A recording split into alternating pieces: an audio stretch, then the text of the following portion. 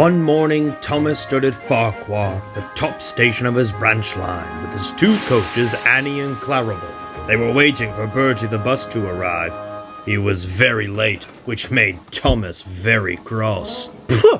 Where is that silly bus? He's going to make me late! He wished angrily. But before he could say another word, Bertie arrived looking exhausted. Sorry I'm late. Thomas was puzzled. You okay, Bertie? What happened? Had to run in with a lorry. Nearly ran me off the road. Luckily, none of the passengers are hurt. Thomas now felt sorry for Bertie, but before he could say another word, it was time to leave.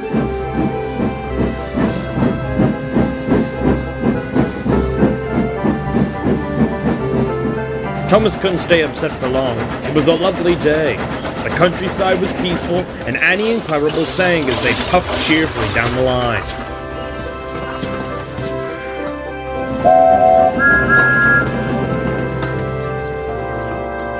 They had to stop at Edward's station to take on more water. As Thomas was having a drink, he saw his driver talking to the station master. He looks miserable, Thomas thought. What's the matter? Asked the driver. I was burgled last night. All my cups for gardening were taken, and the scoundrels had the chink to pinch my lorry to carry them away in. I called the police, but they haven't found anything yet. Thomas thought for a moment. I wonder if that might be the same lorry that Bertie nearly ran into. We'll try and help you, said Thomas, but he didn't know how. Thomas puffed through the tunnel. The train was running nicely. Road and rail were side by side here, with only a fence between them. As Thomas puffed along the line, a flash of color on the road ahead caught his eye. He tried to go faster to get a closer look. Steady, Thomas, shouted the driver. There's plenty of time. Can't we get closer to that lorry? Panted Thomas. It looks like station masters to me. Lots of lorries look like that, laughed the driver. But he opened the regulator and they began to draw level. There were two men in the lorry.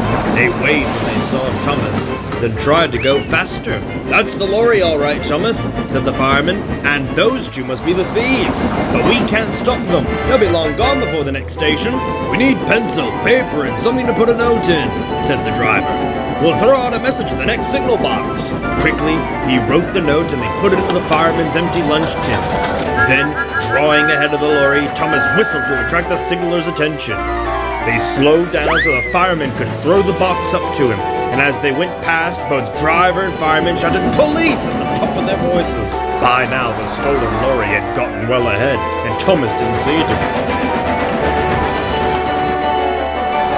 As the thieves drove round the bend, there was Bertie directly in front of them. The driver slammed on the brakes and Bertie stopped just in time as the lorry swerved and sped out of control and straight into a muddy ditch.